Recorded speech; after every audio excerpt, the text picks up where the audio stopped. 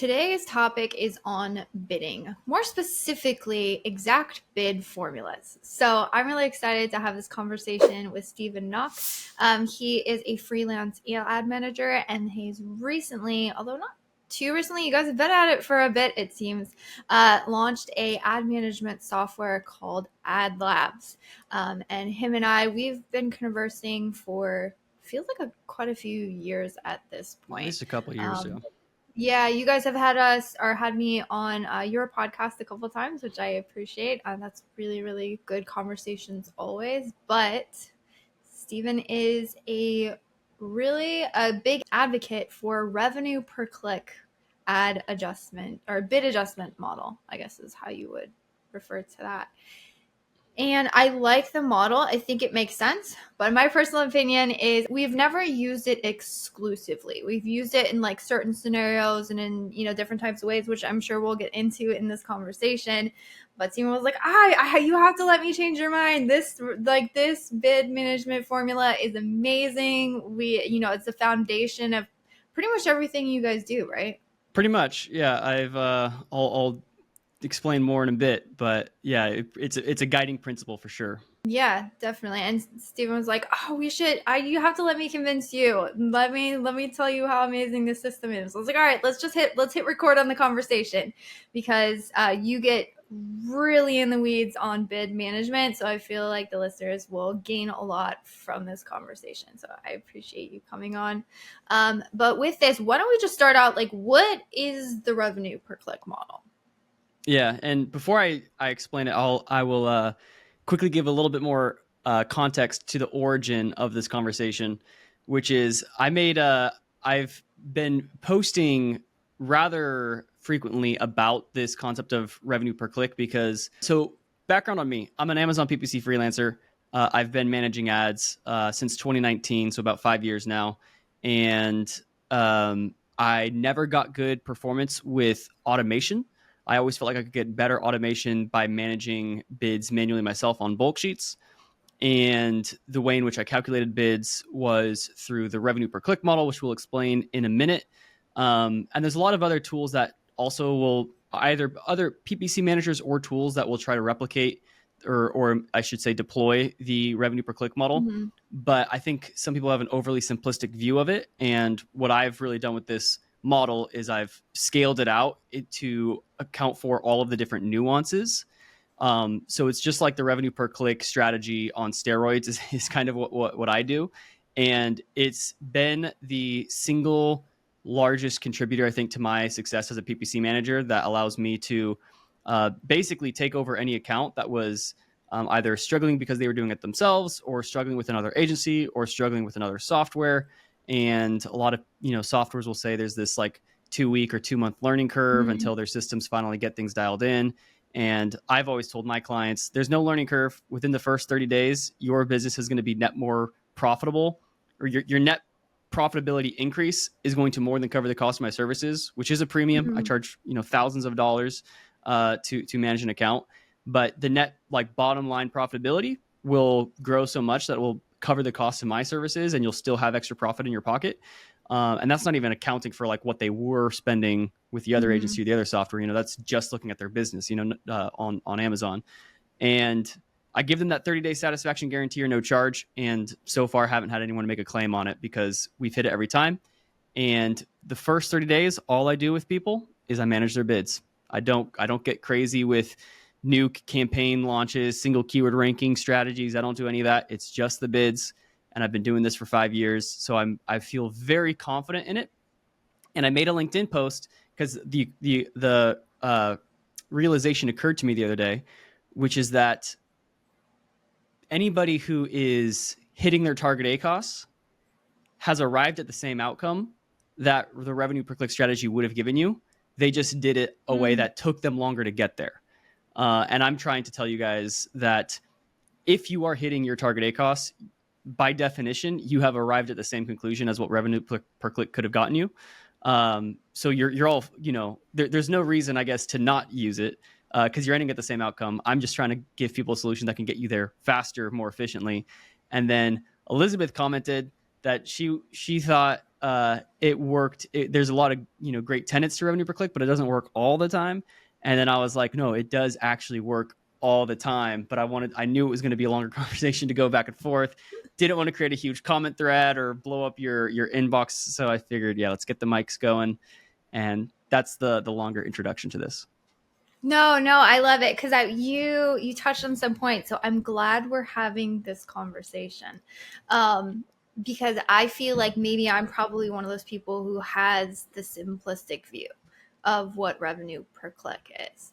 And I think this is going to be a very beneficial conversation because my personal opinion, the longer that I do this, I think the two things that you must get right to run effective Amazon advertising are one, what are you targeting? But then two, bids. And honestly, if you have good bids, they can fix poor targeting. So if you had to pick one foundational thing to be able to be really, really good at, it would be bids, which is what this conversation is about.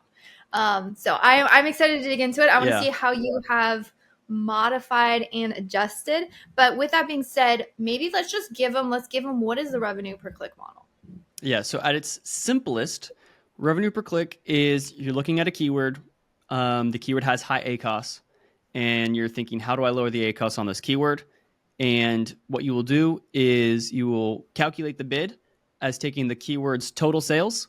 You divide that by the keyword's total clicks. So that's sales divided by clicks. That's where revenue per click comes from.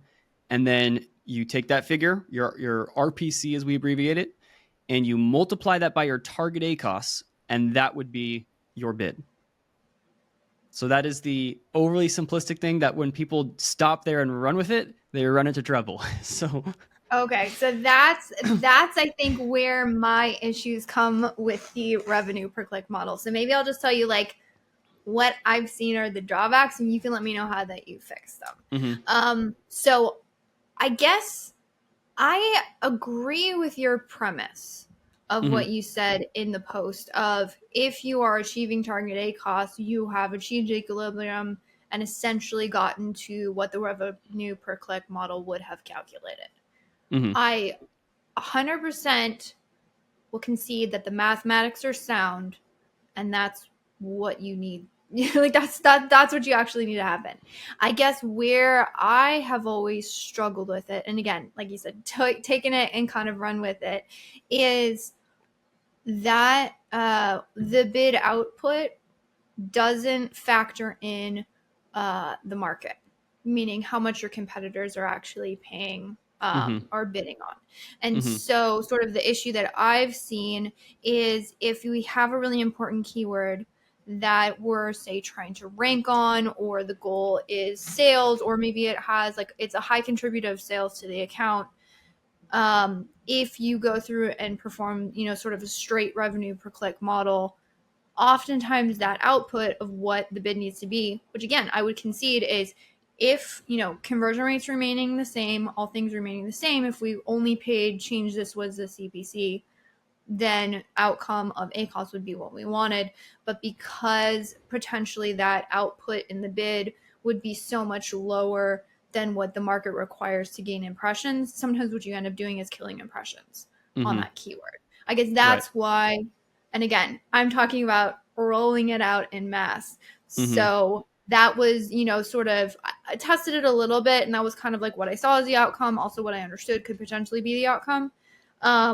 And so therefore we didn't use it at scale. We have certain scenarios in which I think it makes a lot of sense. We never rolled it out at mass. So I'd be curious to know how you approach those kind of scenarios. Yeah. And I'm going to also help you out by giving you additional questions to ask me later. Perfect. But I think there are three primary criticisms or critiques to the revenue per click model, all of which can be easily addressed for why people don't like it. Number one is what you just said, which I'll answer in a second here, which is basically, you try to lower the ACOS on this keyword, and you end up losing all sales or all visibility, all sales, all ranking, all momentum. And you're just like, man, that didn't work out that well. Reason number two is people will say, this is the biggest one. I think that people say CPC and ACOS have a non-linear relationship, where sometimes decreasing your CPCs can increase your ACOS. Oh, you don't agree with that one? per se? No, I would say yes. The variable factor in that one is conversion rate, I think. Correct. Yeah. So that's why I actually really liked in your question, you said assuming conversion rate stays the same, because that's the big caveat and nuance that addresses that second point, and how to account for changing conversion rates. And then the third element is a lot of times people will just blanket apply this revenue per click formula that I gave you. And they'll especially do it with keywords that have like one click and one sale, where, the revenue per click on that it could be $20 if it's like a $20 product. And then your target ACOS is like, let's just say 50%. And now you're bidding $5 on something. That's assuming that the keyword's going to convert at the same conversion rate, at 100% conversion rate. And that's not going to work there. There's also scenarios like, what do you do with high spend non-converting keywords? $50 to spend, no sales. Pause, archive it. And there's a way in which revenue per click can actually help you just dial in that bid to reduce the amount of wasted spend for when you have like a bunch of keywords that are still relevant. The CPCs were just too high given the direction that they're pacing in terms of how many clicks they're getting without a sale. So we can address that too. And then kind of in line with that third one as well, the other big issue that I see people do is to clarify the strategy. I said at the beginning, you would set your bid to the revenue per click times your target ACOS.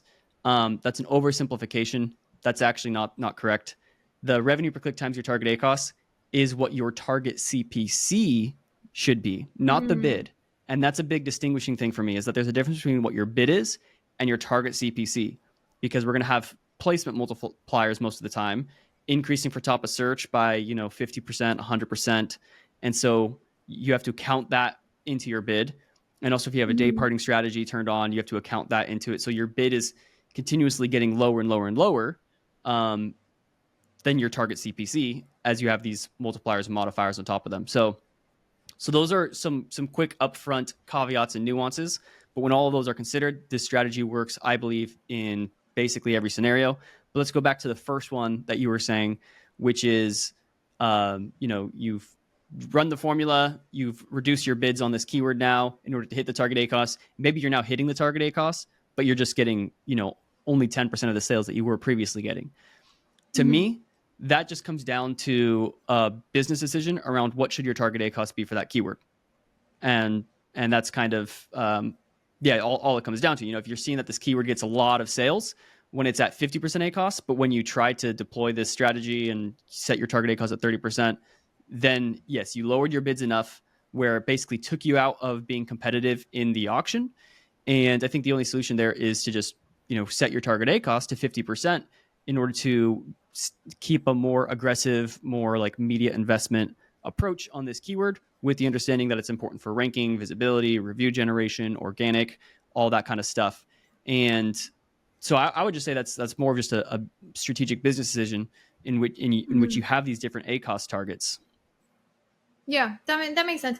Do you ever run into scenarios, and this comes off a conversation I just filmed with Sean Smith, and his thoughts were to help gradually lower, because often in these cases you do want to lower to some degree, right? So you go to an extreme, maybe with a revenue for click model, like say it was running really high at like 80% and your goal is 30%. Well, the difference between 80 and 30 is quite significant.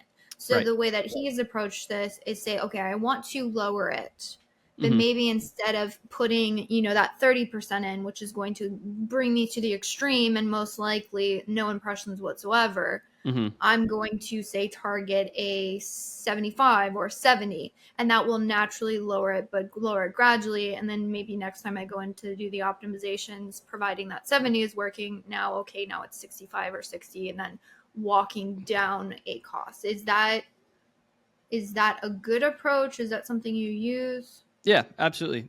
I think it's a great approach. I do use it. Part of why I love it is that it's going to give you a really good idea of where's the threshold, because sometimes there's a big drop off. Like I was just looking at an account yesterday in which at $1.35 they can get a lot of impressions at top of search. At $1.30 they don't. So it seems to be, which is so marginal. That's the difference. There's a bunch of competitors bidding around that CPC, and that's the difference between being first place and fifth place in the auction. so that those can happen. It really depends on different categories. Sometimes you have a lot more wiggle room because maybe the first competitor is bidding $1.35 and the number two is only bidding $1. So you can drop from $1.34, or you can go from $1.36 winning first place to $1.01 winning second place. And I think that's how it works. I could be wrong on that, but that's at least my understanding of it. But if there's a ton of people all bidding $1.35, you lower it by a penny and you lose all top of search visibility. But the point here is that as you're lowering your target ACOS and stepping it down, you can gain that insight into kind of where's that helps you determine what's a good target ACOS. So there's a couple of ways in which you can determine your target ACOS. Usually you start with what's break even after Amazon fees and the cost of production, all that kind of stuff. You figure out your break even. That's kind of your starting point. In a perfect world, you're able to run ads at break even or just below that to just, fuel your sales and generate momentum and velocity and all that. But then for product launches or keyword ranking strategies, you're usually going to have to go a little more above that. For product ranking strategies, it's because the conversion rate's low. For keyword ranking strategies, it's just because the CPCs are high and competitive. So in either of those scenarios, you'll have to raise the target ACOS to, achieve your goals of getting any visibility. But what unfortunately I didn't bring it with me, but what I have demonstrable proof and data that demonstrates, let's just say you're targeting 80% ACOS, because this is a product launch or keyword ranking strategy. If you can have a campaign that's humming along at 80% target ACOS or hitting the target ACOS, and it's humming there 80%, but the ACOS across the placements are kind of all over the place, and the placements for all the keywords are kind of all over the place. And if you deploy the revenue per click strategy at both the placement level and the keyword level and really bring those CPCs into harmony with each other, you can keep that campaign at 80% ACOS, but get up to 5 times more total sales volume. At least in this one case study we were doing, get up to 5 times more total click volume and sales volume by being more efficient with the revenue per click. So that's a big element for me. Is even in these ranking strategies, the solution with RPC is to just have a higher target ACOS, but you can get more total sales volume within that target ACOS with the RPC method, as opposed to other methods, which are just kind of, a little bit more scattered in terms of the individual elements, if that makes sense. I got it. So I guess my thoughts, and maybe there is a different way that you approach this, when it comes to bidding strategies, which granted there are more inputs than just ACOS on a revenue per click model, technically speaking. Right. But for those other two inputs, you're typically just using the existing data and not manipulating it. But when it comes to ACOS, maybe I don't necessarily want to increase ACOS, but I still want to know, can I get more from this keyword? Do you just increase it incrementally, or what is sort of your approach there? Give me an example. Like, what's the situation that the keyword's in? So maybe you have a keyword you're noticing, it's got like 10 orders from it. So you're like, it's a pretty significant keyword. I'm noticing a lot of orders. My target is 30%. And I'm okay with if I get up to a 40% on this, because I feel like this keyword is significant, but I don't necessarily want to go up to 40%. And maybe I'm just overthinking it. Maybe it's you just, let's increase it to 35 and can we get more? And maybe that's the best call. And I think it's maybe just a mindset shift for me. But like in terms of approaching that scenario, because ideally, if we could maintain a lower ACOS, we would always prefer to do that. Right. It's kind of like, what's the advantage of the increase in ACOS? So if goal, like in revenue per click model, goal that we're setting is it's an ACOS goal.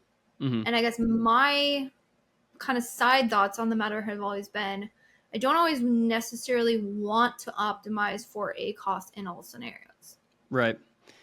So I would argue that you should always have at least some ACOS target in mind. Like, I've got one account in particular that is doing a product launch, and their product sells for $200 to $300 and has 0 reviews, and it's a bit of a unique product. So the target ACOS for these campaigns is 200 to 300%. Like that's the target ACOS, you know? But I think that's much more effective. I think that's 10 times more effective than, and this is an account we recently took over. The previous management was told, here's your budget. We don't really care that. And the client was like, we don't care too much about the budget or the ACOS. We are ACOS agnostic. We are setting aside, $10,000 a month to invest in this product. Go. And they were just saying, cool. So they just spent $10K a month and they were getting like 1,000% ACOS. But think about it this way. Yeah. Like they were like, ACOS doesn't matter. We understand this is an investment in the product. But the $10,000 budget was fixed. So from 1 month to the next month, when we took over, that $10,000, if you're getting 1,000% ACOS, that means you're only getting 1,000 in sales. Whereas if you were to get 200% ACOS, we're getting 5 times the amount of sales with the same amount of budget, right? We went from we're still crazy high ACOS, but my point is having some kind of an ACOS target will allow you to calculate all these bids in a way in which you can maximize your total sales, which in this case, the goal was total sales, not ACOS per se, but having an idea of like getting to 200% ACOS is still going to give you a better direction in terms of maximizing sales within a fixed budget compared to just saying, I don't really care. I'm just going to throw dollars at it and, just spend and try to get sales, but without really having a clear, return on ad spend goal if you just flip the numbers upside down. So I still think having some kind of a target ACOS is probably needed in all situations to give you an idea of, a sales target that you're trying to hit, right? I have a $10,000 budget. My goal is to get $5,000 in sales. See if I can get that. If you have a sales goal with a fixed budget, you have an ACOS goal, True. So you're saying in these cases where it's optimizing for sales, it's if you have an ACOS goal, then you're naturally optimizing for the things that have the most efficient sales, which is what we're trying to do in general. Basically, yeah. I mean, if you so why I love revenue per click is because you're chasing revenue, right? I think it gets a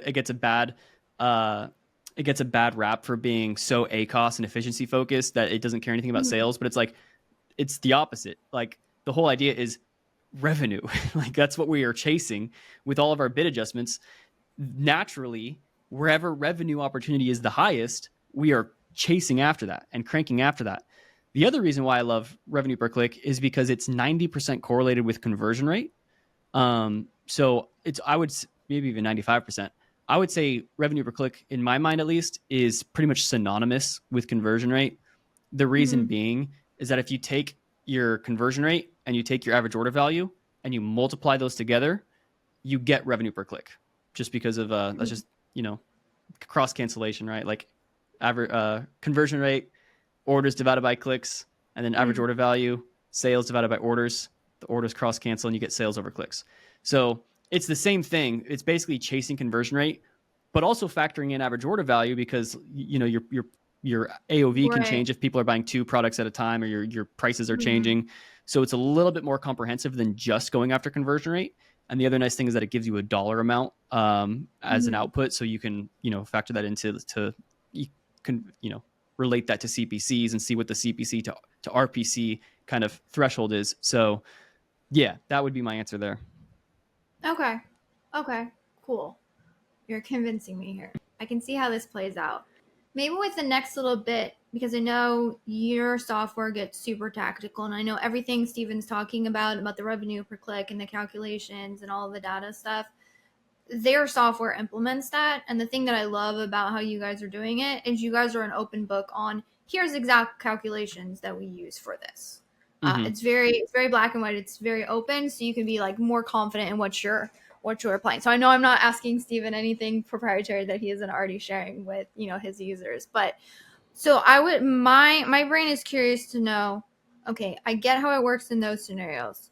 Because you kind of teased out some tactics about like even if there's no sales associated, right? Because that would be another technically big issue with the revenue per click model as well. It's going off of sales, and if there are no sales, then how in the world am I supposed to be adjusting for that? And you were teasing out. So in those scenarios where, say, you get the account and you're like, all right, efficiency is going to be there, I'm going to adjust bids. What are there certain buckets you put keywords into? Is there certain ways that you apply this in different scenarios, or how does it actually play out in the optimization? Yeah, I think I've seen you post about your buckets, and I think mine might be identical, or at least very I close. think most people's are, to be honest. Yeah, but we have 4 scenarios. We basically have 2 scenarios in which we're usually increasing bids, and 2 scenarios when we're decreasing. We're usually increasing for low visibility keywords or low ACOS keywords, and then we're usually decreasing for high ACOS keywords and high spend non-converting keywords.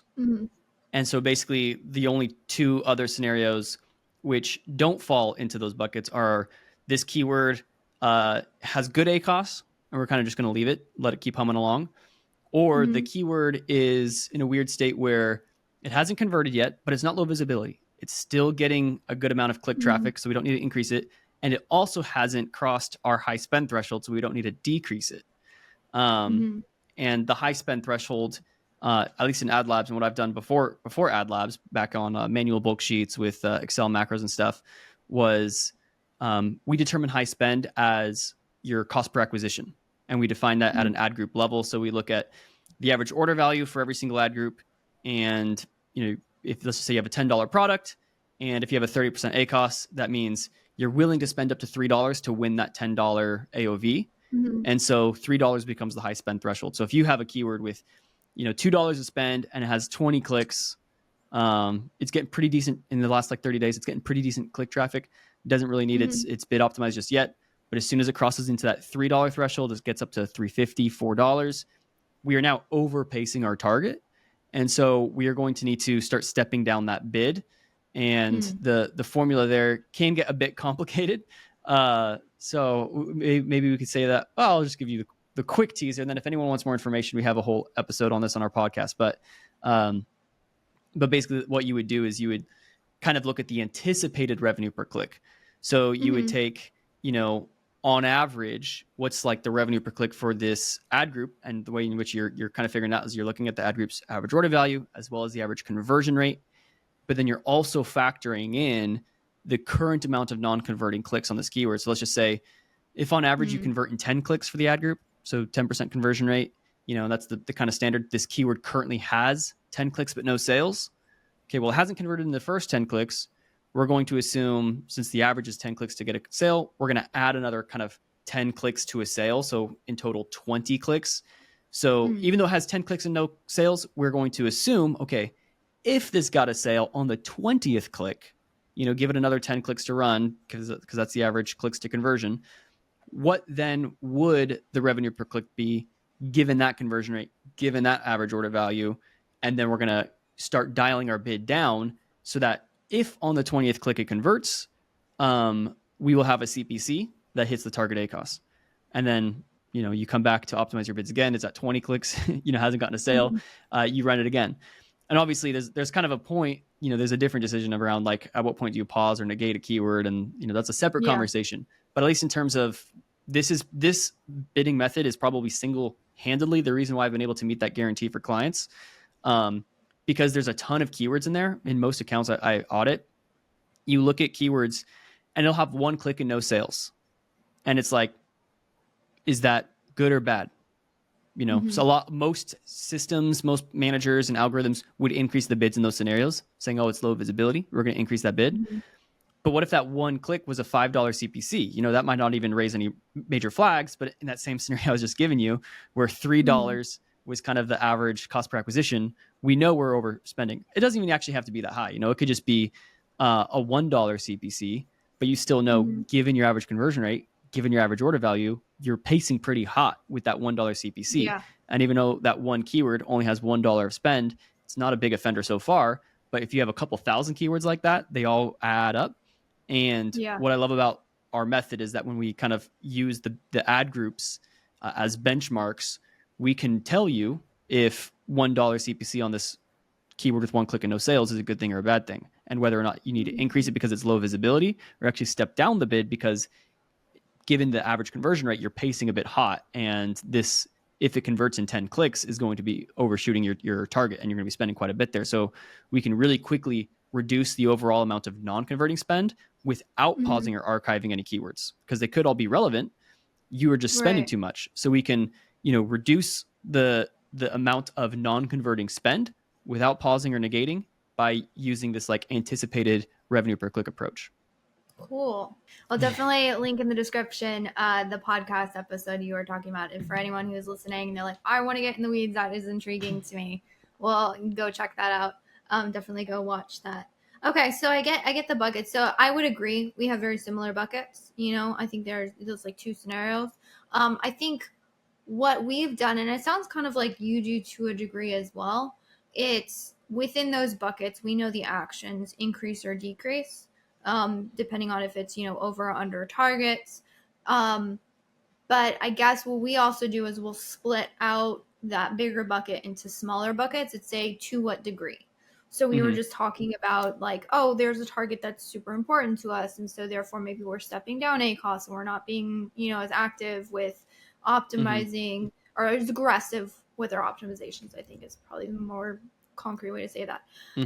But in other scenarios where maybe the conversion rates are very, very low, we are being very aggressive. And in these cases, I think just a straight revenue per click model, if I have over 20 clicks and one order with a terrible conversion rate and a really high ACOS, to me, straight apply the revenue per click model, like down bid a lot because we're getting a lot of spend and it's not really that big relative to the rest of the account. So do you have, like, when applying that or stepping it down, are there any buckets or any ways that you kind of figure out what to do when applying this model? Yeah. So Ad Labs, by the way, is not automation. I'm not a fan of bid automation. It's basically the way in which I was managing ads for years was Excel sheets. They were slow, so I built macros. Macros would break every time Amazon had an update to their bulk sheets. And I was like, I wish this could be like a web application, basically like a web interface that's basically a bulk sheet with macro enabled stuff that can run these formulas for me, but still give me the opportunity to QA things, to tweak things, fine tune things. And so that's basically what Ad Labs is. But during my experience as a PPC manager, managing things in bulk, to try to answer your question, the biggest thing that I found why I needed to do things manually and not do automation is exactly what you're describing. Like the speed at which you're making these changes needs to align with the bigger picture of what's going on in the business, right? So if my current ACOS is, let's just say at the account level, is 35%, and we need to get to 30%, here's a big question. How fast do we want to get there? And that's something that you should know by either you own your business or you are in conversation with the client who owns the business. And from your conversations, you ask that question. And the clients could say, hey, it's like, it's the first week of the month. We're currently at 35% ACOS. We would like to, get things back down to 30, but it's okay as long as we end the month, at 30% or 32%, like work our way there. We're okay. Okay, great. So we can know that we're going to be reducing these bids, or we're going to be doing bid optimizations. I shouldn't even just say reducing bids. We're going to be increasing some, decreasing some. We're chasing the revenue to get there. And by default, within Ad Labs at least, we have 3 different prioritizations. So when you're setting up your bid optimizations, you can choose what do you want to prioritize. Do you want to prioritize sales growth? Do you want to prioritize reducing ACOS? Those two are going to basically just err in opposite directions in terms of the changes that we're making. Or you can go with the balanced approach. And with the balanced approach, if you have a keyword that has like 100% ACOS and you're trying to get it down to 30% ACOS, the system will impose a limit where after it calculates the bids, it will cap the decreases at minus 25% per like optimization. So you could do it multiple times to try to work around that. But by default, we do impose those limits where we're the step down is so that you don't potentially lose all your sales at once if your goal is to go for balanced. If you go with the reduce ACOS approach, we then really open up those windows. For high ACOS keywords, you can we'll drop those bids by up to 50%. where there's opportunities to increase, we're going to be a bit more cautious and have smaller increases. So there's a low ACOS keyword, we're only going to increase by like 5 or 10%. Whereas on the increased sales approach, we're going to be increasing by like 10 to 20% on those low ACOS keywords, you know? So that is very important, I think, to keep in mind with all of these adjustments. We don't usually just jump straight to the outcome because to the point of the people who say CPCs and ACOS are nonlinear, I think what they're usually trying to highlight is that if you have like a broad match keyword, you know, when you fluctuate that CPC up or down, the other side of that broad match keyword, all of the search terms that are potentially appearing is going to change. And that's what's going to really cause the fluctuations in conversion rate and sales generated and all that kind of stuff. So we do want to step around. Step around. Yeah, we do want to take a little bit of a stepped approach to these adjustments. And short answer, by the way, or side note to how do you solve that issue of like the conversion rate fluctuation and, you know, the nonlinear situation here between CPC and ACOS. The solution there is, well, you got to harvest those search terms out. Like if you lower the bid on that broad match keyword and your ACOS goes up, it's because you probably lost the auction for the one search term that was a bit more competitive, but driving all the sales. So what you should have done is harvested that keyword out, exact match, you know, and now you could keep those sales up. And anyways, that's not to get too distracted by that, but yeah, that's our general approach. Got it. Okay, cool. Yeah, because that's very similar to the way that we do it as well, meaning stair-step approach. And also we the way we've done it, at least internally, and now I think we're shifting to maybe using another system that does use more of a revenue per click model. We're still testing it, but is to set different thresholds, like you said. But for us, the thresholds are also variables depending on several factors, mainly orders. And we also had a variable built in for what match type is it as well. Because one thing we noticed is that if you're continuously chasing things with high orders, naturally you're going to shift the account to autos and broad, which is not the best long term. So we had totally to right, just because it's aggregated. So we're not makes like sense. Yeah, so if something's sort of like getting a little bit more leeway due to order volumes, we notice if you're not factoring in match types, that can actually end up with negative consequences. Now, it'll take you about 6 months to get there, but when you get there, it's not fun to try and bring it back. Right. Makes sense. Cool. So with this, if someone was going to implement revenue per click, they listen to this, they're like, all right, Steven, I feel you. I agree with you. Seems like the answer to all of my problems. I'm going to start adjusting my bids using a revenue per click model. Are there any tips or strategies, or can you kind of like condense what we've been talking about for the last 40 minutes? Yeah. So I will say, kind of going back to my LinkedIn post, the reason why I said basically everybody's using the revenue per click model, whether or not they realize it. And that is if you're hitting your target ACOS, is that at its simplest, if you have a target ACOS, whether that's 1,000% for this crazy big launch or 10% for your brand defense, you know, whatever the ACOS target may be, the only way, by definition, the only way to hit the target ACOS is to hit that spend to sales ratio of if your goal is 20% ACOS, okay, whatever your revenue is, your spend should be 20% of that. So that is just the definition. And all we're trying to do is hit that on a click by click basis. So at the end of the day, your spend is just a factor of all of the CPCs added up, right? And so we're just trying to me, it's the perfect application of like, it's the only way. So the only way, if you're looking at a campaign and it's an 80%, or sorry, it's a 30% ACOS currently, what that means is that the campaign's cost per click is 30% of the campaign's revenue per click. And what I'm advocating for is within that campaign, the keywords might be all scattered across the board in terms of some having high ACOS, some having low ACOS. And I'm telling you, you can get more total volume by aligning the CPC to the RPC at an individual keyword level. And if a specific keyword is hitting the target ACOS, like the keyword's at 30%, your goal was 30%, then you have the exact same bid that what the RPC method would have given you.